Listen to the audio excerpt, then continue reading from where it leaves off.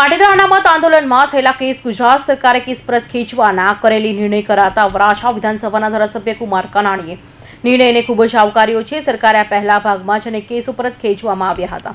આ બીજા ભાગમાં કેસો પરત ખેંચવાનો સરકારે નિર્ણય કર્યો છે। સરકારનો આભાર માનું છું અને તેમના નિર્ણયને આવકારદાયક છે।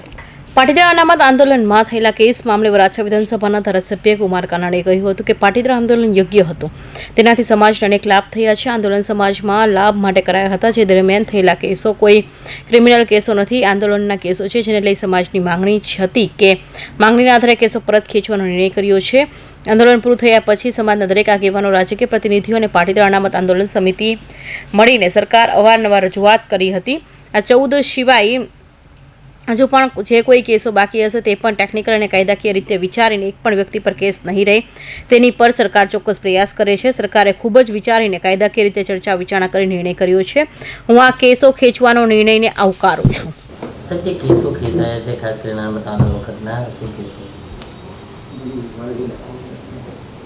ગુજરાતના મુખ્યમંત્રી ભૂપેન્દ્રભાઈ પટેલ સાહેબ અને ભારતીય જનતા પાર્ટીની સરકારે પાટીદાર અનામત આંદોલન સમયે જે કેસો થયા હતા એમાં ઘણા બધા કેસો આ પહેલાં પણ ખેંચાયા હતા। થોડા કેસો બીજા વધારે પરત ખેંચવાનો સરકારે નિર્ણય લીધો છે।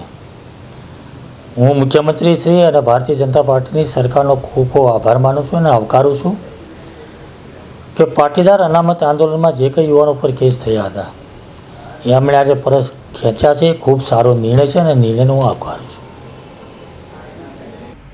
પાટીદાર અનામત આંદોલનના હજુ પણ 50 થી 100 કેસ નાના માણસો સામે હોવાથી તેના છેલ્લા 9 થી 10 વર્ષથી પરેશાન થઈ રહ્યા છે। તેમના પાસપોર્ટ જમા થઈ ગયા છે, કેટલાકને રાજ્ય બહાર નહીં જવાનો હુકમ થયો છે। આ લોકોને કોઈ રણીધણી નથી, જેની જો તમે હાર્દિક અને તેના સાથીદાર સામેના કેસ પાછા ખેંચો તો નાના માણસોએ શું ગુનો કર્યો છે? તમારા યુદ્ધના ધોરણે તમામ કેસો પરત ખેંચી લેવા જોઈએ અને નાના માણસોને પણ ન્યાય આપવો જોઈએ। કૌશિક પટેલનો report, Hind TV news, Surat.